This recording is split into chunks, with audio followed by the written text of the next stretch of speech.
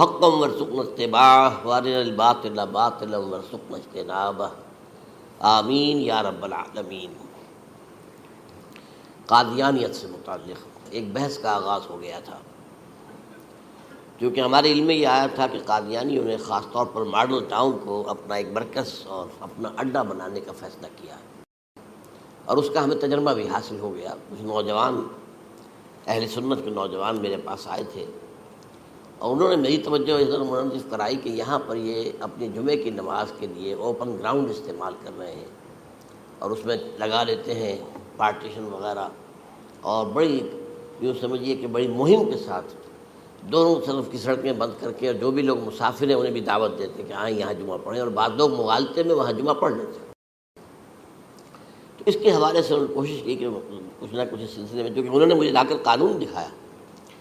پاکستان میں جو قانون نافذ ہے وہ یہ ہے، چاہے یہ کہ وہ نافذ نہیں ہے بالفعل، لیکن ہے قانون کی کتاب میں تو موجود ہے کہ قادیانی اپنے کوئی جو بھی ان کے نزدیک بھی ان کے مذہبی شاعر ہیں ان کو مسلمانوں کی شکل میں برملا علی الاعلان ادا نہیں کر سکتے، کیونکہ وہ تو دھوکہ دینی بات ہو گئی کہ لوگ سمجھیں گے یہ مسلمان ہی ہیں۔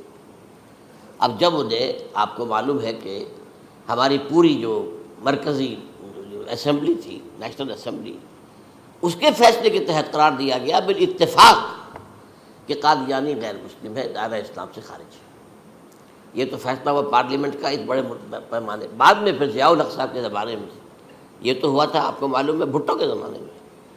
تو ضیاء الحق صاحب کے زمانے میں اسی کی گویا کہ فردر سٹیپ کے طور پر یہ بات طے کی گئی اور قانون بنا دیا گیا کہ وہ اپنی مسجد کو مسجد نہیں کہہ سکتے اور مسجد کی صورت پر نہیں بنا سکتے کہ گزرنے والے کو یہ خیال ہو کہ یہ مسجد ہے۔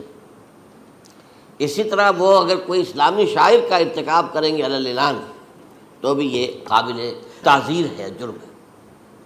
وہ اپنے کئی احاطوں کے اندر، اپنے گھروں کے اندر جو چاہیں کریں، لیکن کھلے میدان میں آ کر جو شاعر اسلامی باہر، ان لوگوں نے سب کچھ اڈاپٹ تو کر رکھا ہے۔ سب سے بڑی بات تو وہ ہے کہ انہوں نے ایک جھوٹے نبی کا اقرار کیا ہے کہ وہ نبی ہے، اس نے ہمارے درمیان فصیل حائل کر دی ہے۔ اب جو اس کو مانتے ہیں ان کے نزدیک ہم کافر ہیں۔ آپ کو معلوم ہے کہ یہ میں بیان کر چکا ہوں کہ حالانکہ قائد اعظم کا کتنا بڑا احسان تھا کہ چودھری ظفر اللہ خان کو انہوں نے فارن منسٹر بنایا پاکستان میں، لیکن جب ان کا انتقال ہوا ہے قائد اعظم کا تو اس کی جنازے کی نماز میں شریک نہیں ہوا، وہ شخص موجود رہا۔ جو دوسرے ممالک کے سفراء آئے ہوئے تھے، ظاہر بات ہے وہ مسلمان تو نہیں تھے، کوئی عیسائی تھے یا کوئی اور تھے، ہندو تھے، بدھ تھے، جو بھی تھے۔ اب چونکہ قائد اعظم کا انتقال تھا ایک مملکت کے صدر کا، تو وہ لوگ سبھی موجود تھے، لیکن ظاہر ہے کہ وہ نماز میں شریک نہیں ہوئے، وہ مسلمان تو نہیں تھے۔ ان کے ساتھ کھڑا رہا یہ شخص۔ اس نے یہ بات، اور جب اس سے پوچھا گیا کہ تم شریک کیوں نہیں ہو تو اس نے کہا دیکھو بھائی، مجھے یا تو مسلمان سلطنت کا کافر وزیر سمجھ لو یا کافر سلطنت کا مسلمان وزیر سمجھ لو۔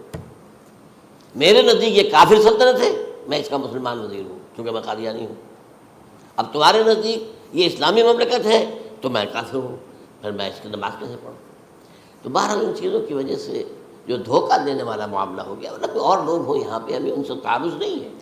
عیسائی بھی ہیں، اپنی تبلیغ کرتے ہیں، کوئی خلاف ان کے رد عمل نہیں ہوتا، الا یہ کہ کہیں یہ واقعہ پیش آ جائے یا کوئی یعنی خام خواہ کو شوشہ کوئی شرارتی لوگ اٹھا لیں کہ انہوں نے قرآن کی یہ جو ہے بے حرمتی کی ہے، تو یہ تو پھر تحقیق سے معلوم ہو سکتا ہے کہ واقعہ تو کی تھی کہ نہیں کی تھی۔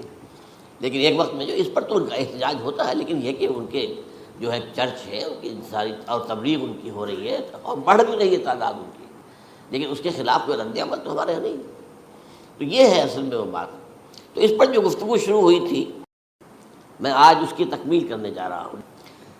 حضرت عیسیٰ علیہ السلام کی دوبارہ آمد کا تعلق ہے، اس کے ضمن میں قرآن مجید میں جو نص قطعی ہے، وہ نص قطعی یہ ہے اِنَّهُ لَعِلْمٌ لِلسَّاعَةِ فَلَا تَمْتَرُنَّ بِهَا۔ حضرت عیسیٰ کا ذکر ہوا ہے سورہ جاسیہ میں، اور وہاں فرمایا گیا ہے کہ یہ عیسیٰ کا دوبارہ آنا قیامت کی علامت ہوگا، یعنی کہ اب قیامت بالکل قریب آ گئی ہے۔ اِنَّهُ لَعِلْمٌ لِلسَّاعَةِ، علم حاصل ہوگا ان کی دوبارہ آمد پر کہ اب قیامت جو ہے وہ سر پر آ گئی ہے۔ اچھا، اس کے ایک اور جو ہے ذرا بالواسطہ دلائل جو قرآن مجید میں آئے ہیں، ایک ان میں سے یہ ہے کہ سورہ آل عمران میں جہاں حضرت مریم کو بشارت دے رہا تھا فرشتہ کہ آپ کے ہاں ایک بیٹا ہوگا، وہ بڑی حیران تھی کہ میرے ہاں کیسے بیٹا ہو جائے گا، ماں کو تو بغیہ، میں تو کوئی بدکار عورت تو نہیں ہوں، نہ میری کوئی شادی ہوئی ہے ابھی۔ تو اس میں جو باتیں بیان کی تھی فرشتے نے، وہ جو بیٹا ہوگا اس کی کیا شان ہوگی، اس میں یہ الفاظ بھی آتے ہیں وَيُكَلِّمُ النَّاسَ فِي الْمَهْدِ وَكَهْلًا، وہ باتیں کرے گا، لوگوں سے گفتگو کرے گا جبکہ وہ پنگھوڑے میں ہوگا، بچہ ہوگا، گود میں ہوگا، اور کہل کے وقت، کہل کہتے ہیں جب آدمی عمر میں جو ہے 40-45 کا کسی بھی اوپر ہو جائے، آپ پہلے طفل کہتے ہیں، پھر جوان کہتے ہیں، عربی زبان میں شاب کا لفظ آتا ہے، بہت جوان، بڑی اچھی صحت میں ہے، اس کے بعد پھر ظاہر بات ہے ڈلوان شروع ہوتی ہے، یہ کہل ہے۔ جب بڑھاپے کے آثار شروع ہوتے ہیں، بال سفید ہونے شروع ہوتے ہیں، تو یہ کہل، قبول۔ اب سوال یہ ہے اس گھوڑے میں بات کر دیں، یہ تو معجزہ ہے، لہذا اس کا ذکر یہاں پر مناسب ہے۔ یہ بڑے ہو کر بات کرنے کی کیا ضرورت تھی کہنے کی، وہ تو سبھی کرتے ہیں انسان، یہ اسی لیے کہ معلوم ہو کہ کہولت بھی انہیں آئے گی یار، حالانکہ آپ کو معلوم ہے سب مانتے ہیں، عیسائی بھی مانتے ہیں، سب مانتے ہیں، 33 برس کی عمر میں انہیں اٹھا لیا گیا، اس دور میں تو کہولت آئی نہیں، اس لیے قرآن ذکر کر رہا ہے۔ اور یہ بات جو ہے دوسری مرتبہ آئی ہے، یہ سورہ المائدہ میں آیت نمبر 110، وَتُكَلِّمُ النَّاسَ فِي الْمَهْدِ وَكَهْلًا، صرف یہ ضمیر کا فرق ہے، وَيُكَلِّمُ النَّاسَ فِي الْمَهْدِ وَكَهْلًا، اور وَتُكَلِّمُ النَّاسَ فِي الْمَهْدِ وَكَهْلًا، یہ ہے جب قیامت کے دن اللہ تعالیٰ حضرت عیسیٰ سے سوال کریں گے، اے عیسیٰ ابن مریم، کیا تم نے میری اجازت سے اور میری تائید سے یہ معجزے نہیں دکھائے، یہ معجزے نہیں دکھائے، میں نے تم پر یہ فضل نہیں کیا؟ اور یہ گویا کہ بالواسطہ عیسیٰ کے ماننے والوں سے خطاب ہے کہ اللہ تعالیٰ کے کتنے بڑے بڑے احسان ہوئے، اور اسی میں تم بات کرتے تھے لوگوں سے پنگھوڑے کے اندر بھی اور کہولت کی عمر میں بھی، تو یہ کہولت کی عمر کب آئی؟ حضرت عیسیٰ علیہ السلام، تو اس کے بغیر تو ممکن ہی نہیں ہے کہ وہ دوبارہ دنیا میں آئیں، پھر ان کے اوپر وہ عمر آئے اور اس عمر کے اندر بھی وہ بات کریں گے۔ تو یہ میرے نزدیک قرآن مجید کے اندر دلائل ہیں اس چیز کے کہ حضرت عیسیٰ علیہ السلام کی دوبارہ جو ہے آمد ہوگی۔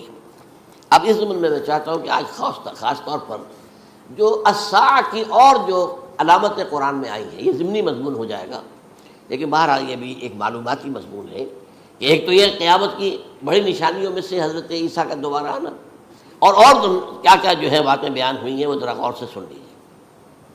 پہلی بات میں نے ہلکا سا حوالہ دیا تھا، ہم تو ایک لفظ قیامت بولتے ہیں، وہ قیامت جو ہے اتنا ہمارے نزدیک جامع لفظ ہے کہ جس میں وہ بھی جو زلزلۃ الساعہ آئے گا وہ بھی ہے، پھر جو نفخ روح، نفخ ساق ہوگا وہ بھی ہے، لیکن قرآن مجید سے معلوم ہوتا ہے کہ یہ الساعہ ہے، وہ گھڑی جس دن کے یہاں قیامت برپا ہوگی، زلزلہ آئے گا، شدید ترین حالات آئیں گے، فوری طور پر تمام انسان مر نہیں جائیں گے۔ جو ہے اس کا نقشہ جو کھینچا گیا ہے، یا ایھا الناس اتقوا ربکم ان زلزلۃ الساعۃ شیء عظیم یوم ترونها تذہل کل مرضعۃ عما ارضعت وتضع کل ذات حمل حملها وتری الناس سکارى وما هم بسکارى ولکن عذاب اللہ شدید۔ اے لوگو ڈرو، اللہ کا تقوی اختیار کرو، اس لیے کہ قیامت کا زلزلہ بہت سخت شے ہے، بہت بھاری ہے۔ ان زلزلۃ الساعۃ شیء عظیم، جب پہاڑ چل رہے ہوں گے اور جو ہے انسان جو ہیں گے وہ جس طرح پروانے ہوتے ہیں، پتنگے ہوتے ہیں، ایسے اڑ رہے ہوں گے انسان، اور اس میں یہ بھی حال ہوگا کہ لوگ جو ہے ہر جو دودھ پلانے والی ہے وہ اپنے بچے کو بھول جائے گی، ظاہر بات ہے کہ اپنی پڑی ہوئی ہے مصیبت، حالانکہ سب سے زیادہ محبوب ترین شے دنیا میں اس سے اونچی محبت نہیں ہو سکتی جو ماں کو اپنے دودھ پیتے بچے سے ہوتی ہے، انہیں بھول جائے تذہل کل مرضعۃ عما ارضعت، اور تمہیں ایسا محسوس ہوگا کہ لوگ کسی نشے کی کیفیت میں ہیں، یعنی وہ بدحواس ہیں، بدحواس ہو گئے، لیکن یہ کہ وما هم بسکارى، اور وہ مدہوش نہیں ہوں گے، ولکن عذاب اللہ شدید۔ تو یہ ہے زلزلۃ الساعہ، وہ ایک خاص وقت جو ہے، ایک خاص گھڑی جس میں کہ یہ ہونا ہے۔ اس کے علاوہ قرآن مجید میں القارعہ، القارعہ مالقارعہ وما ادراک مالقارعہ یوم یکون الناس کالفراش المبثوث وتکون الجبال کالعہن المنفوش۔ اب یہ کیا ہے؟ یہ نقشہ قیامت، یہ وہی ہے الساعہ، القارعہ الساعہ۔ اسی کے ساتھ قرآن میں آتا ہے الواقعہ، اذا وقعت الواقعۃ لیس لوقعتها کاذبہ، تو یہ خافضۃ رافضہ، یہ الفاظ سورہ واقعہ میں ہے۔ اسی طریقے سے اور جو الحاقہ مالحاقہ وما ادراک مالحاقہ، یہ تمام جو الفاظ قرآن مجید میں آئے ہیں یہ آئے ہیں الساعہ کے لیے، قیامت کے لیے نہیں. قیامت میں بعد میں بتاؤں گا آپ. چنانچہ 3 نفخے ہیں جو قرآن سے ثابت. نفخ فی الصور، اور اس نفخ فی الصور کا یہ عالم ہوگا یوم ینفخ فی الصور ففزع من فی السماوات ومن فی الارض الا من شاء اللہ. جس دن پھونکا جائے گا سور میں، اور اس وقت صورتحال یہ ہو جائے گی کہ جو بھی آسمانوں میں ہے، زمین میں ہے، سخت پریشانی اور سخت پشیمانی اور ایک طرح کے مرعوبیت اور خائف ہو کر رہ جائیں گے، اللہ ان کے کہ جن کو اللہ چاہے.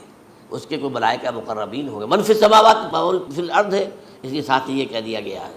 لیکن یہ باقی پورے لوگوں کے اوپر، پوری مخلوقات کے اوپر ایک جو ہے گھبراہٹ کی کیفیت طاری ہو جائے گی. تو یہ ہے پہلا فضا. دوسرا فضا کیا ہے؟ فضا صعق. صعق کہتے ہیں آدمی کا بے ہوش ہو جانا. یہ دوسری مرتبہ جب سور پھونکا جائے گا، وَنُفِخَ فِي الصُّورِ فَصَعِقَ مَن فِي السَّمَاوَاتِ وَمَن فِي الْأَرْضِ إِلَّا مَا شَاءَ اللَّهُ. یہ ہے کہ اس کے بعد وہ سب کے اوپر موت طاری ہو جائے گی. یہ دوسرے سور پھونکے جانے کے بعد ہے. پھر ثُمَّ نُفِخَ فِيهِ أُخْرَى، پھر ایک مرتبہ اور پھونک ماری جائے گی. یہ تیسرا ہو رہا ہے. فَإِذَا هُمْ قِيَامٌ يَنظُرُونَ، تو اچانک سب کے سب کھڑے ہوں گے اللہ کی طرف دیکھتے ہوئے. اب یہ جو ہے یہ ہے یوم القیامہ. قام یقوم قیامتاً، کھڑا ہونا. کیونکہ اس دن یوم یقوم الناس لرب العالمین، جس دن کے تمام انسان جو ہے کھڑے ہو جائیں گے اپنے رب کے حضور میں، جس کا نقشہ کھینچا گیا ہے اذا دکت الارض دکا دکا وجاء ربک والملک صفا صفا. تو یہ سب کے سب انسان بھی جو ہے موجود ہوں گے، فرشتے صفے باندھے ہوئے ہوں گے، اور اللہ تعالیٰ جو ہے اپنے خاص عرش کے ساتھ یحمل عرشہ ثمانیہ، 8 فرشتے اس عرش کو اٹھائے ہوئے ہوں گے جبکہ یہ آسمان پھٹے گا اور اس روئے ارضی پر اللہ تعالیٰ کا نزول ہوگا. یہ جو ہے ہمارا یوم القیامہ یہاں ہے. یوم القیامہ ہی میں جو فیصلے ہونے یہاں ہونے. قصہ زمین برسر زمین، جو نیکیاں تم نے یہاں کمائی ہیں یا جو بدیاں تم نے یہاں جن کا ارتکاب کیا کا فیصلہ یہاں ہوگا. اس کے بعد واللہ عالم کچھ اور بھی چیزیں ہیں، لیکن یہ کہ وہ سب عام طور پر لوگوں کے علم میں نہیں ہے. میں نہیں چاہتا کہ خام خواہ کسی نئی بات سے کوئی جو ہے ذہنوں کے اندر کوئی ایک تشکیک پیدا ہو جائے، شبہات پیدا ہو جائے. لیکن یہ چیزیں جو میں نے آپ سرچ کی از قرآن ثابت ہے. اسی زمین پر اترنا ہے. وجاء ربک والملک صفا صفا، یہ سب کے سب آئیں گے. اور ملائکہ، اور اس کے علاوہ جو ہے دوسرے مقامات پر جس کا نقشہ کھینچا گیا ہے سورۃ الحاقہ ہی کے اندر ہے. اللہ کا عرش جو ہے 8 فرشتے اٹھائے ہوئے نیچے اتریں گے. تو یہ تمام چیزیں قرآن مجید میں مذکور ہیں. اور یوم القیامہ یہی ہوگا، لیکن وہ ہے یوم القیامہ. ہم قیامت کہتے ہیں اس کو جس کو قرآن کہتا ہے الساعہ، الزلزلہ، الحاقہ، القارعہ، الواقعہ. یہ ہے در حقیقت جو پہلا معاملہ ہے کہ اس کے اندر جو ہے فضا ہو جائے. اب دیکھیے جو علامات قیامت احادیث میں آئی ہیں وہ میں آج آپ کو سنا رہا ہوں. ان کو 2 حصوں میں تقسیم کیا جاتا ہے، علامات صغریٰ، علامات کبریٰ. چھوٹی نشانیاں جو درجہ بدرجہ درجہ بدرجہ درجہ بدرجہ حاضر سامنے آئیں گے. ایک ہے بالکل قیامت سے متصل قبل بڑے جو خرق عادت واقعات ہوں گے وہ آئیں گے.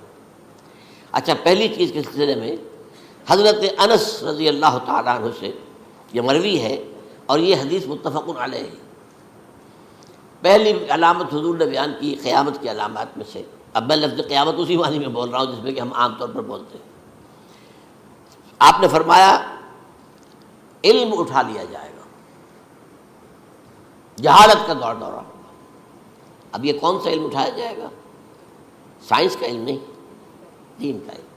آج تو ساری قدر و قیمت جو ہے جس کے لیے دوڑتے ہیں لوگ لاکھوں روپے کی فیسیں دے کر، MBA ہو رہے ہیں، یہ جو ہے اکاؤنٹنسی کا پاس کر رہے ہیں، یہ CA کر لیا ہے، یہ کوئی اور جو ہے فزکس میں، کوئی کیمسٹری میں ڈاکٹریٹ کر لی ہے، ڈاکٹر بن گئے تو کیا ہی کہیں.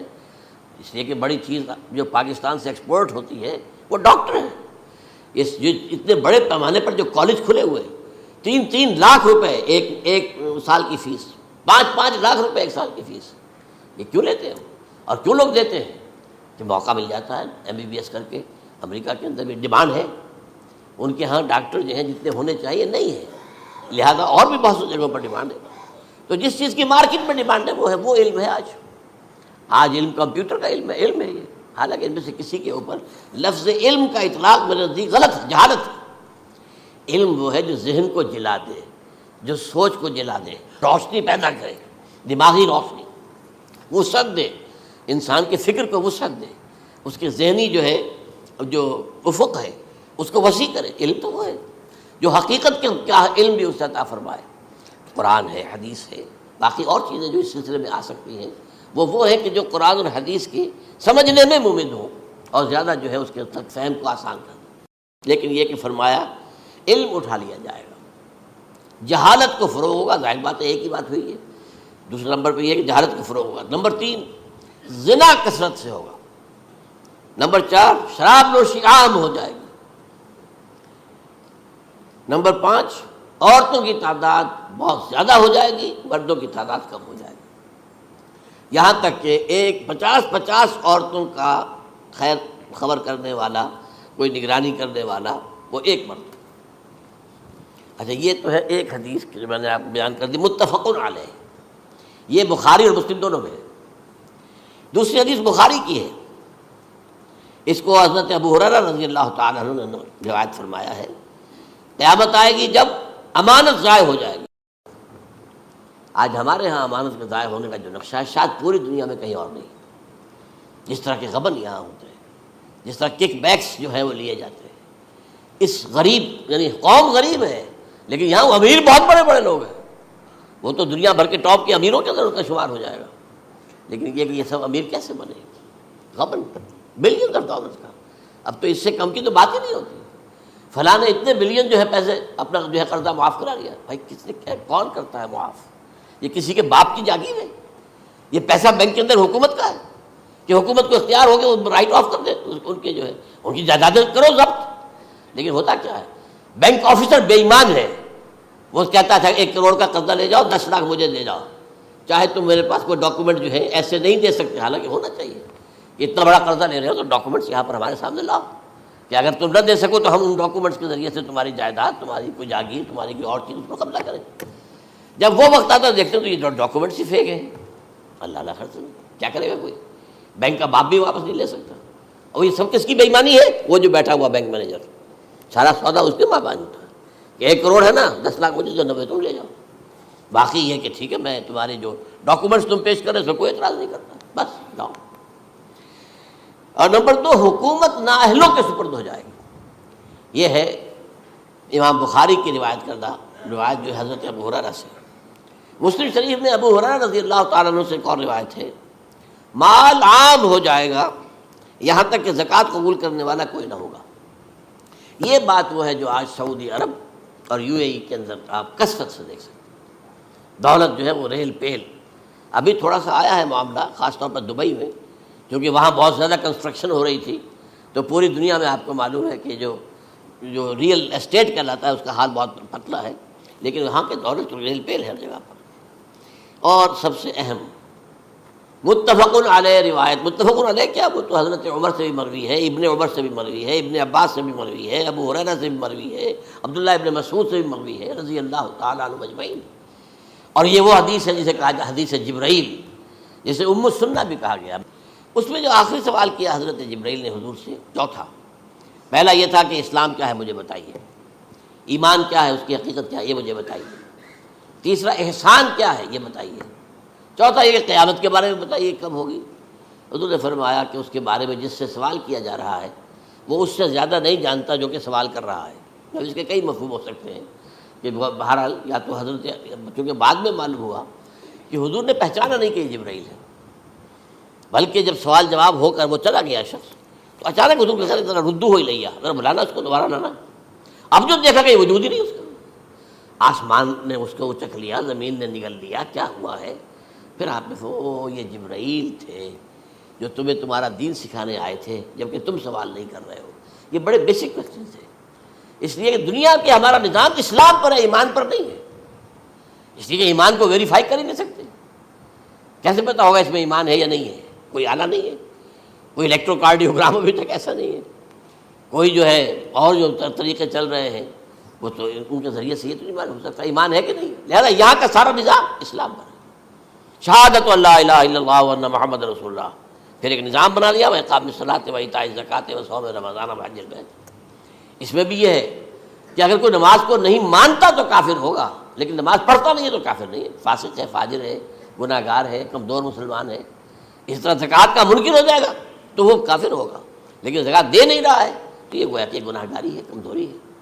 تو اس حوالے سے نوٹ کر دیجئے کہ یہاں کا دنیا کا سارا اسلامی نظام اور سارا کانسٹیٹیوشنل اور لیگل سسٹم جو ہے اسلام کا، وہ اقرار باللسان پر ہے، ایمان ہے وہ کہ جس کی بنیاد پر وہاں فیصلے ہوں گے۔ یہاں کوئی شخص مسلمانوں کا بڑا لیڈر ہے، بڑا علامہ ہے، بڑی اس کی قدر و منزلت ہے، اس کے ہاتھ چومے جا رہے ہیں، پاؤں چومے جا رہے ہیں، ہو سکتا ہے وہاں کہا جائے دفع ہو جاؤ، تمہارے دل میں ایمان نہیں تھا، تم نے یہ سب کچھ کیا تھا اس لیے کہ کہا جائے کہ بڑے عالم ہو، اور یہ کہا جا چکا فقط قیلا، اب یہاں کچھ نہیں ہے تمہارے پاس۔ پھر فرشتوں کو حکم ہوگا کہ اس کو گھسیٹتے ہوئے جہنم میں ڈال دیں۔ تین باتیں بیان کی آپ نے، یہی حشر اس کا ہوگا مالدار کا، اللہ پوچھے گا میں نے تمہیں بہت مال دیا، تم نے کیا کیا؟ وہ کچھ گنوانا شروع کرے گا، اللہ فرمائے گا جھوٹ بول رہا ہے، قذبت، تم نے یہ خیرات و صدقات اس لیے کیے تھے کہ تمہاری سخاوت کے ڈنکے بج جائے، تعریفیں کی جائے، وہ کی جا چکی ہے، دنیا میں ڈنکا بج گیا، یہاں کچھ نہیں تھا، وہ نیت دل میں کچھ اور تھی تمہارے۔ میں لیس البر ان تولوا وجوہکم، ہمارا قرآن مجید کا سبق، ہمارا منتخب نصاب کا نمبر 2 بڑی تفصیل سے بیان کیا۔ یہی معاملہ ہوگا اس عالم کا، اللہ فرمائے گا میں نے تمہیں علم دیا، تم نہیں، وہ کہے گا میں نے علم پھیلایا لوگوں میں ہدایت کی، جھوٹ بول رہے ہیں، تم نے تو صرف اس لیے کیا تھا، تمہاری نیت یہ تھی کہ بڑا عالم شخص ہے، بڑا فاضل شخص ہے، تو یہ سب کہا جا چکا۔ تو وہاں کا معاملہ جو ہے وہ اسلام پر نہیں ہے۔ یا آپ دکھائیں گے دیکھیے یہ میرا آئیڈینٹی کارڈ، اس پہ اسلام میرا مذہب لکھا ہوا ہے، یا یہ میرا پاسپورٹ ہے، آئیڈینٹیفیکیشن کے لیے دنیا میں عام طور پر یہ چیزیں ہوتی ہیں، کوئی تعلق نہیں۔ آخرت کا معاملہ کسی اور شے پر ہے، وہ تو ایمان دل میں ہے، اور تمہارے تمام جو حرکات ہیں، اعمال ہیں، ان سب کے اندر جب تک کہ اصل جو قوت متحرکہ ہے وہ اللہ کی محبت نہ بن جائے، اخلاص للہ، بحب اللہ للہ، اور یہ کہ یہ تمام چیزیں جیسا کہ فرمایا، ایک حدیث بڑی پیاری ہے، ایمان کی تکمیل کی علامت کیا ہے؟ فرمایا من احب للہ وابغض للہ ومنع للہ وعطا للہ فقد استکمل الایمان۔ جس شخص کے نے محبت جس سے بھی کی، اللہ کے لیے کی، اپنے مفادات کے لیے نہیں، رشتہ داری کی بنیاد پر نہیں، محبت اوپر ہو جائے، رشتہ دار کا حق ہے دو، بیوی کے حقوق ہیں دو، لیکن محبت یہ اللہ کے لیے ہو کہ فلاں شخص سے مجھے محبت اللہ کے لیے، اور اگر نفرت رکھی تو اللہ کی وجہ سے رکھی، اس لیے رکھی کہ وہ اللہ کے دین سے دور ہے، وہ اللہ کے راستے پر نہیں آ رہا ہے، وہ فسق و فجور کی جو ہے زندگی آ رہا۔ اس میں بھی یہ ہے کہ یہ نہیں ہے تعلق قطع کر لو، تعلق قطع کرو گے تو تبلیغ اور اصلاح کا موقع کہاں رہے گا، لیکن دلی محبت نہیں ہوگی اس سے۔ تو اگر محبت ہے تو اللہ کے لیے، اور نفرت ہے تو اللہ کے لیے، اور کسی کو کچھ دیا ہے تو اس لیے کہ اللہ کا حکم ہے کہ دوں، اور کسی سے کچھ روکا ہے تو اس لیے کہ اللہ کا حکم ہے کہ روکوں، اس کو نہیں دینا ہے۔ فقد استکمل الایمان، تو اس شخص نے ایمان کی تکمیل کر لی۔ یہ ہے اصل جو ڈیسائیڈنگ فیکٹر ہے، وہ یہ ہے۔ اور اس ایمان کی پہلی علامت کیا ہے؟ کیسے معلوم ہو میرے اندر ایمان ہے؟ پہلی علامت سب سے کم تر درجے کا ایمان، اس میں فرمایا گیا اذا اساءت کا سیئۃ وحسنت کا حسنۃ فانت مومن، اگر کوئی اچھا کام کر کے خوشی ہو اور کوئی برا کام ہو جائے تو ملامت ہو، یہ کیا کر بیٹھا، یہ میں نے کیا کیا ہے، یہ مجھے نہیں کرنا چاہیے تھا، یہ اگر احساس ہے نیکی اور بدی کا تو تمہارے اندر ایمان ہے۔ یہ ایمان ہے ادنا درجے کا، اور وہ ایمان من احب للہ ہے، وابغض للہ ہے، واعطا للہ ہے، ومنع للہ ہے، فقد استکمل الایمان۔ اچھا، یہ جو متفق علیہ حدیث ہے جو حضرت جبرائیل کی ہے، اس میں پھر انہوں نے کہا کہ اچھا اگر آپ مجھے یہ کب ہوگی قیامت نہیں بتا سکتے تو اس کی کچھ علامتیں بتائیے۔ یہ بڑی عظیم تھا، کیونکہ یہ تو تمام احادیث کے اندر میں نے عرض کیا نا کہ سب سے زیادہ صحابہ سے منقول ہے، اور آپ نے فرمایا کہ جب لونڈی